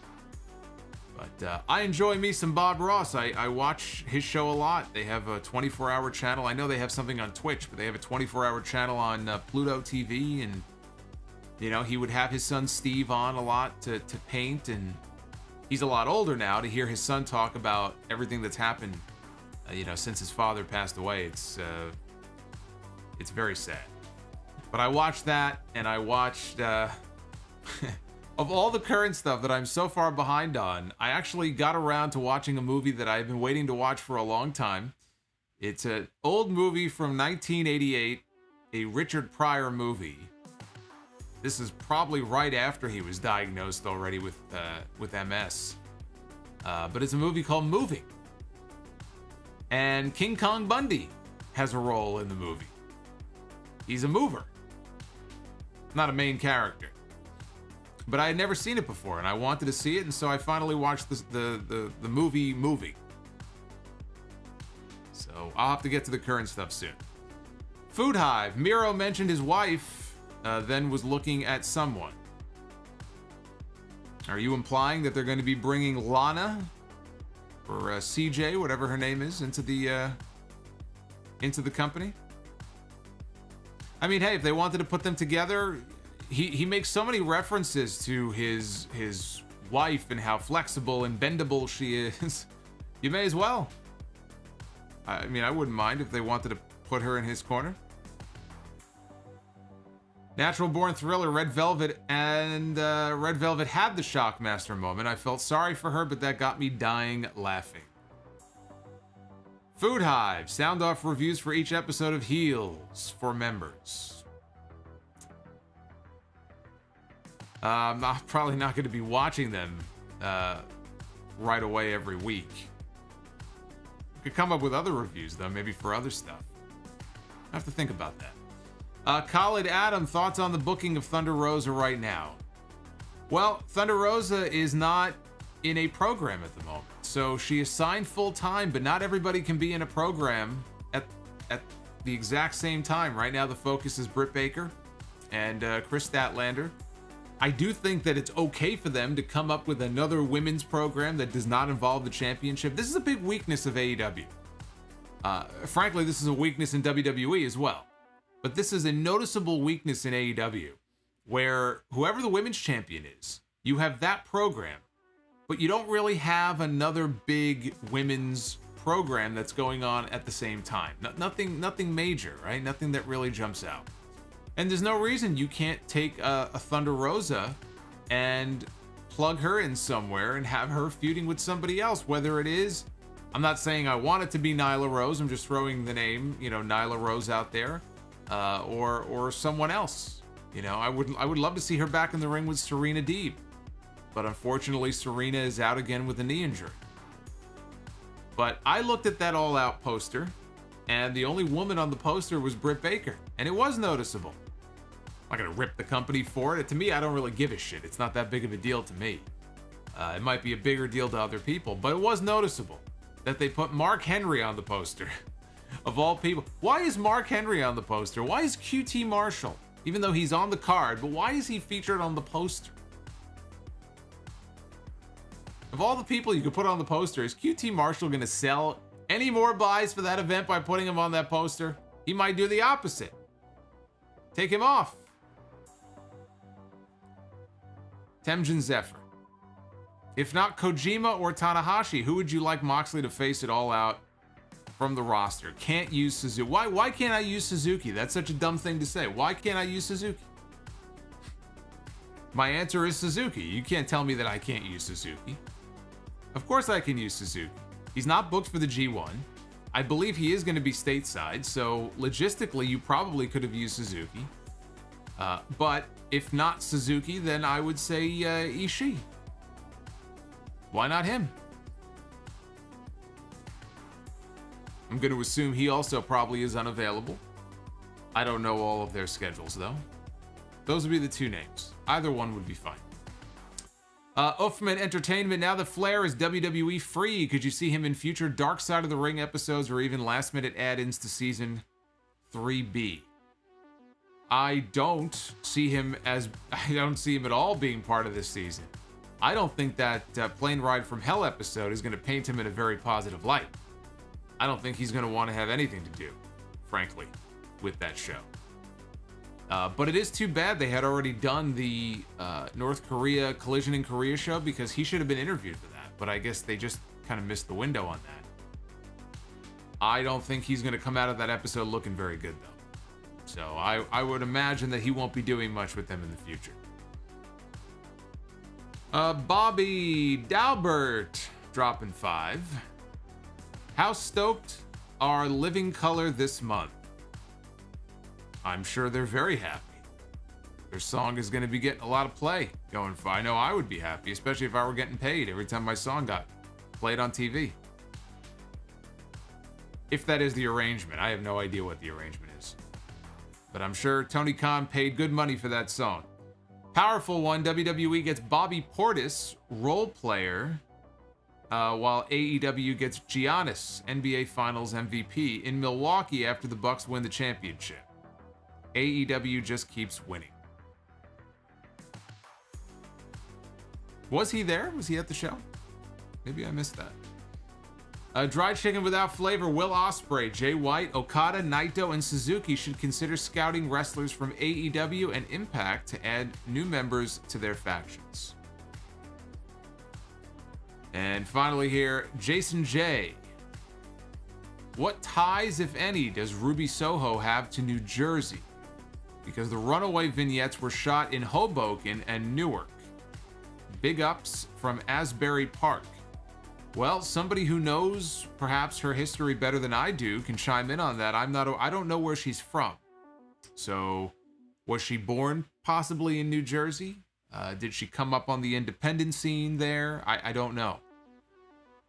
I mean, clearly there is some kind of a tie. If there is, though, I'm not aware of what it is. I will be live on Friday. For those, I have a couple people in the chat asking. I will be live again on Friday night after Rampage. So yes, there will be a live Rampage review. That is the plan right now. There will be a live Rampage review on Friday. I don't know if this will be permanent every Friday going forward, but at least through All Out, I am planning on going live on Fridays for Rampage. Food Hive getting the Disgusted Brandy Rhodes super chat. Solomonster reviews Joker for members. I feel like everybody's already seen it. I'm probably the last one in the world who hasn't. It's kind of old news at this point, isn't it?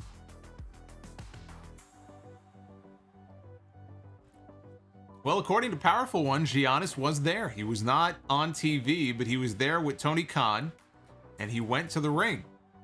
Oh, very cool. I did not know that. Food Hive with the Boombox Brock super chat. What was for that reminds me. Mustafa Ali did an interview. I think it was last week. And he revealed that he was going to win the Money in the Bank match the year that Brock won it. So that would have been, I guess, 2019, right? 2018, 2019. Ali was going to win Money in the Bank. Literally, as he was getting ready to go to the ring for his entrance for the match, he was under the impression that he was winning the Money in the Bank briefcase. And then Vince McMahon went over to him and said, here's what we're going to do tonight. Brock is going to come out at the end as a surprise and shove you off, and he's going to get the briefcase. And he said, like, what am I supposed to do in that situation, you know? I'm about to go out to the ring for this match. I don't really have any time to argue this. He's the boss. I'm like, okay, whatever you want. So imagine how fucked in the head he must have been that night, thinking he's winning Money in the Bank. This is going to be the biggest break of my career. And then the boss pulls him aside right before he goes out and says, change of plans. But the Boombox Brock made me think about that, because it did give us Boombox Brock. So at least we got something positive out of it.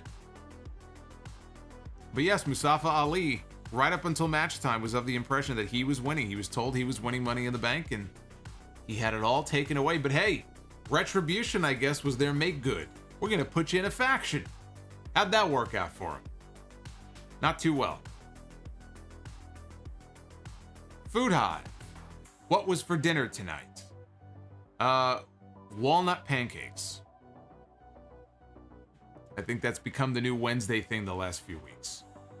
Walnut infused pancakes with powdered sugar on top and syrup. Cut up some strawberries. Breakfast for dinner. It's great.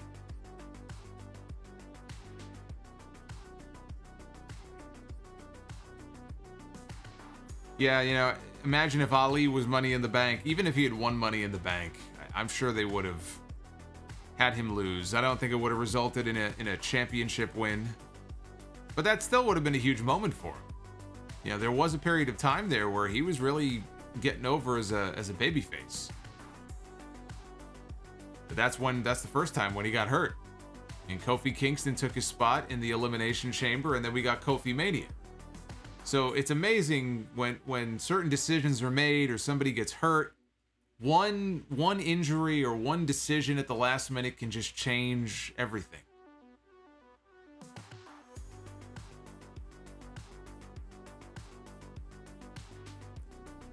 The Coog 97 says, when I hear the name Mustafa, I think of Mustafa Saeed, one half of the original Gangsters with New Jack back in the 90s. He's still around. Samoan fan, where is Christopher Daniels? Last seen on May 14th. Well, wasn't he teasing in storyline that he was done? I think he's done. I did see a picture of him recently, and I think it was when the Bucks attacked him on TV. His eye is still all bloodshot. It's been months. I don't know if that's ever going to go away. But his eye was, and this was only a few weeks ago, his eye was still all bloodshot. French toast. Problem solved. I would love to have French toast, but I can't. Haven't had French toast in years.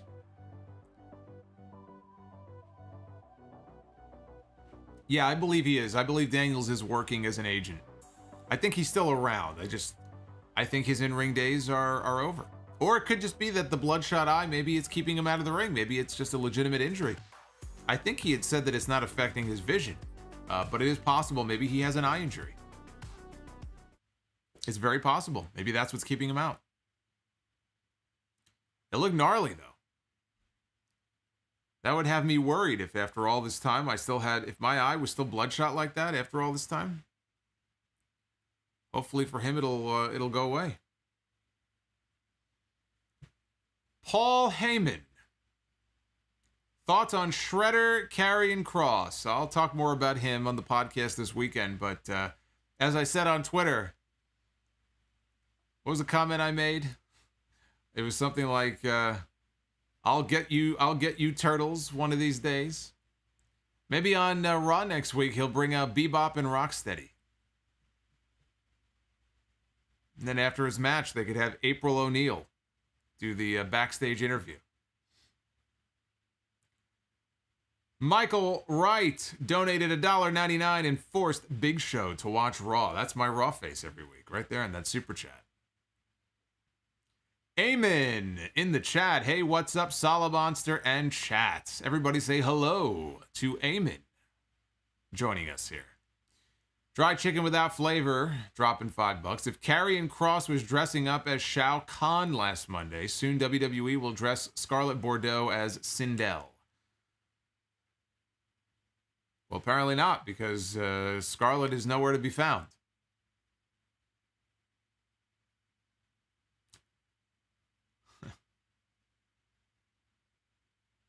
Sheamus was Rocksteady. That's a good point. Sheamus, that's right.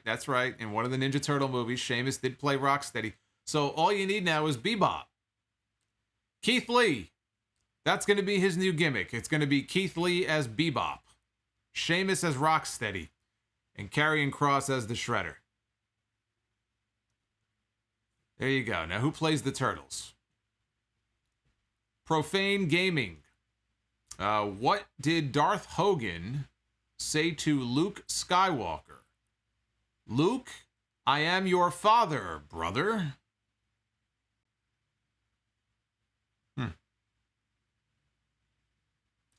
It's a Paul Heyman-esque super chat there. Carlton Bruton. Why can't you have French toast? So cause I can't have. I'm lactose intolerant. I'm sure there's something in French toast that I can't have.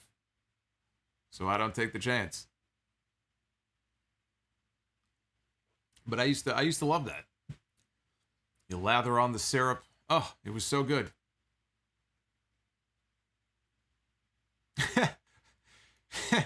Shambly Games in the chat says Scarlett as Krang. I used to have a super chat. Remember Corbin Krang? It was a picture of Krang in Baron Corbin's midsection. He used to have that belly button. It looked like a sad face. I think I disabled it, but we used to have the Corbin Krang super chat.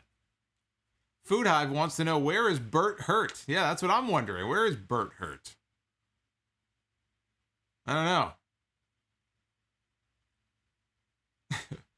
Frost says, seriously, is there anything you can have? Now you know why I lost all the weight. Oh, that's why I look like skin and bones here. All the shit that I would love to have, but I can't.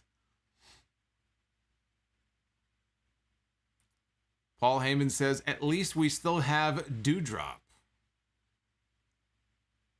Matt Riddle as Michelangelo. That is perfect. That's right out of Central Casting right there. Michelangelo, Matt Riddle works perfectly. Raphael was the one who had the attitude. I feel like Randy Orton would be Raphael. Randy Orton is Raphael. Matt Riddle is Michelangelo. Leonardo was the, Donatello was the cerebral one, right? So he, I don't know who Donatello would be. We got to come up with roles on Raw for all of these characters. Nick Caps says, big ups from Toronto. I believe a teaser trailer is out for Dark Side of the Ring. I have seen it, yes. Jim Ross has a comment in that teaser trailer where he drops an F-bomb and says, if he never hears about the fucking plane ride from hell ever again, it won't be a day too soon. So I'm sure he'll be really ornery in that episode. It's going to be great, though. I'm going to have reviews for each episode after, as I did for the first half of the season. So that's something to look forward to. John Morrison as Donatello. Carlton Bruton, I am too, but I risk it all the time. Yeah, I will risk it for certain things, but other things it ain't worth it. It ain't worth it, brother.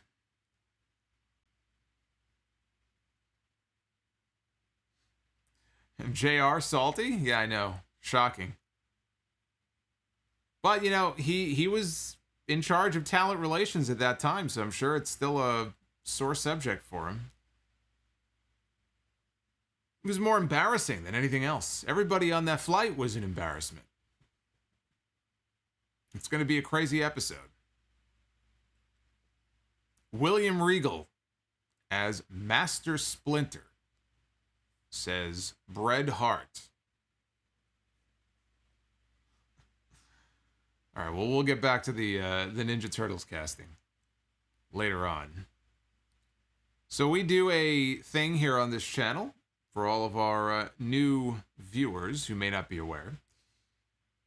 This is a match generator, courtesy of Zinfamous HD. There's his handle, @ZinfamousHD. You can follow him on Twitter. He is a good follow. And I feel like this is sometimes the way that WWE books matches. Completely at random. So I do the same thing here. I book a match at random by taking this for a spin a couple of times. And whichever two wrestlers it lands on, that is the WrestleMania main event. So let us see who the first pick is. It is the Rated R Superstar Edge. And we have Edge, who is going to be taking on The Big Show. This is Big Show when he was at his, not in the best shape that he has been in recent years. Although, Not bad. Better shape than he was several years ago. Edge and the Big Show. As your main event of... we got to add a third. I can't leave that. We got to make this a triple threat here. Edge, Big Show, and who? Edge, Big Show, and what would you look at that? Speak of the devil, we were just talking about this guy. Mustafa Ali, he gets his WrestleMania main event. If Vince McMahon won't give it to him, then goddammit, the Solomonster will. There you go. Mustafa Ali, Edge, and the Big Show. There's your WrestleMania main event for this week. Thank you again to Zinfamous HD. Well, it's the Big Slow. Food Hive, the Butcher and the Blade. The Butcher and the Blade. JR, have we seen these men before? No. Hey, look, it's the Bunny. JR, who? That is still one of the more priceless commentary exchanges in the history of AEW television. Was the debut of the Butcher and the Blade. It's just unbelievable.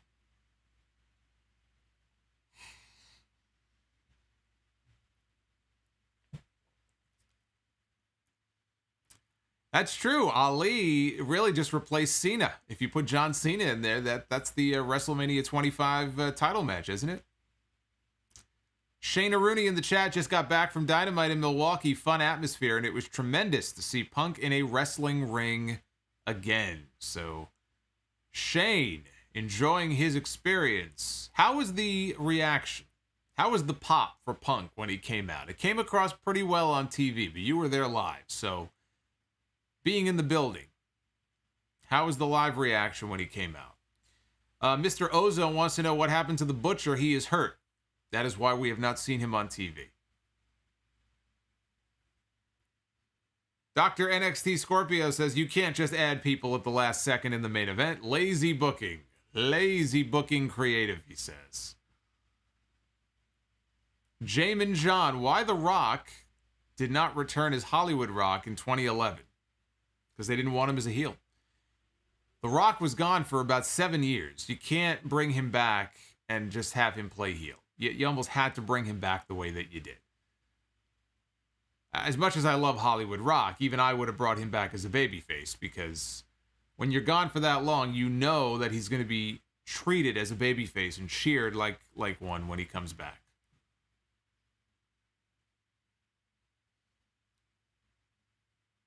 Excalibur sounded so nervous when the Punk Rampage started. You can understand why. It was the biggest show in AEW history, and they knew it. They knew going in it was going to be their biggest audience, or one of their biggest audiences, and it was a huge, huge moment for that company.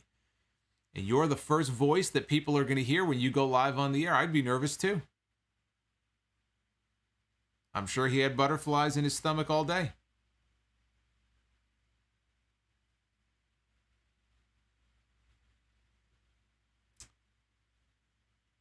Carlton Bruton. I love your podcast, bro. I always listen and watch. It helps me get through my long night shifts. Well, thank you, Carlton. Again, I love it when people find the podcast helpful or useful in some way, even if it's just to pass the time. I'm here every week. Every Sunday, every Wednesday, and right now every Friday. I feel like the schedule is getting busier. You always can rely on the fact that there is going to be a show. Magician Sapphire dropping a $10 super chat. Russo on a pole. There it is. Russo on a pole, bro. Look at baby Russo hanging on to that pole. What are your thoughts on Booker T's comments on CM Punk's Rampage promo? He is entitled to his opinion. That is probably the worst take I have heard from him, though, ever. So, yeah. We'll say that I highly disagree with his take. I don't know what he was watching, but yes, I do not agree with what he said. Sheza in the chat, good morning. Good morning, he says, or she. I guess it is morning, isn't it? It's just after midnight. Lakers patch, should Nick Khan become an on-air authority figure? He could be this era's Vince McMahon. No.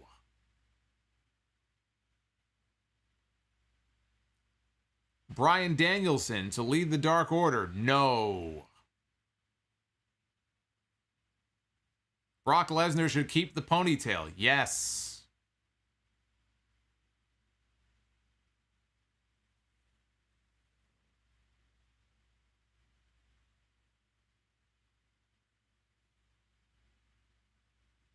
Buy or sell on the better return, Edge 2020 or Punk in 2021. Edge had a great return at the Royal Rumble. But there were a lot more people in the building. He had a big stadium. He had like 40,000 people going nuts when he came out. But I can't go against Punk. That was as loud as any reaction I can ever remember. And being in the smaller building helps. You know, if Punk had come back in a stadium, open air, let's say, or even not open air, like a big stadium with 30, 40, 50,000 people, I don't know that it would have been as impressive. I really like in terms of volume, sheer volume. That's the difference a lot of times between those big stadiums and domes and a smaller regular size arena. Like there have been WrestleManias in open air stadiums in recent years that some matches look like they're just, you know, the crowd is just dead. But then you hear from people who were there saying, no, people were really into it. And they say sound travels up and everything. Being in those big stadiums sometimes can actually work against you. So I'm glad that Punk's return happened in Chicago, in a regular arena. It's as loud as any reaction I can ever remember. Honestly, it was comparable in a lot of ways to when Austin walked out on that Raw to help Mankind win the championship, except the building was shaking that night because you could see the hard camera was shaking. I didn't see the building shaking when Punk came out, but in terms of just sheer volume, you're going to be hard pressed to find anything that beats that.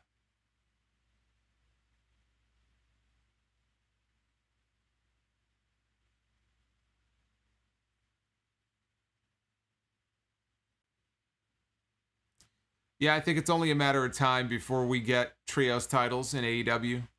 It's going to happen. It's just a matter of when do they actually want to pull the trigger and bring them in. You probably would do a tournament for it. They're in the middle of a tag team tournament right now. You don't want to have more than one tournament going on at the same time. Food Hive, Excalibur, Butcher and Blade call, or Tony Khan's 9 days. Boy, you really are hung up on that 9 days promo, aren't you? You really are. Speaking of Bryan Danielson, there is that super chat. There is nothing about Monday Night Raw that is fun. Truer words could have rarely been spoken. Although, if I had to pick one thing, I'd say Riddle and Orton. Riddle and Orton is enjoyable.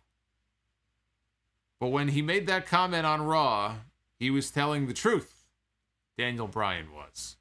That was an actual comment he made on Monday Night Raw. It hit a little close to home.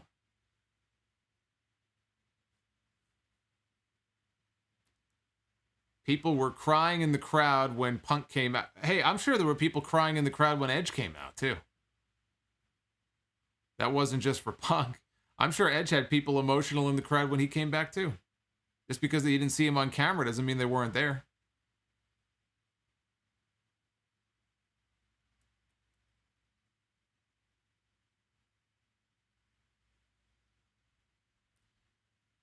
All right, guys, look, I think we just hit 400 likes. I want to thank everybody who hit thumbs up and got us to 400. And hopefully more people, when this video goes up, will do the same once it is archived. Thank you for getting us to 400 tonight. We had a good crowd here on YouTube for CM Punk's first Dynamite appearance. And as I said, Rampage is taped this week. I will, though, be live on YouTube on Friday night. We'll talk some AEW Rampage. And then this Sunday is episode 719. There are 2 This Week in History segments left to go. That's it. 2 weeks. 2 weeks and the segment is over. I'm already hard at work. And actually, we're covering something I'm really, really happy. You know, given that there's only 2 left, that this one is being covered this week. I get to talk about the McMemphis days. The McMemphis angle. If you've never heard about this before, you're in for a treat. If you've never discovered the joys of Vince McMahon in Memphis, Mr. McMahon, years before he became a thing on WWE television, it happened in Memphis. I'm going to talk about that on the podcast this weekend. That's going to be fun. So, again, give that a listen if you've never listened to the full shows. Thank you again for this. For those of you who tuned in late, we were the #1 wrestling podcast, fan-hosted wrestling podcast on all of Apple Podcasts earlier this week. #8 overall. We cracked the top 10, and that just doesn't happen without your support. So I thank you all very, very much for that. Do vote in the poll. Follow me on Twitter @Solomonster. That is how you can go and vote. I am on Instagram as well. The Solomonster is my handle on there. And until Friday night, be well, stay safe, have yourselves a fantastic rest of your night, and I will see you again very soon for more AEW coverage live on YouTube here on the Solomonster Sounds Off channel. Take care, guys.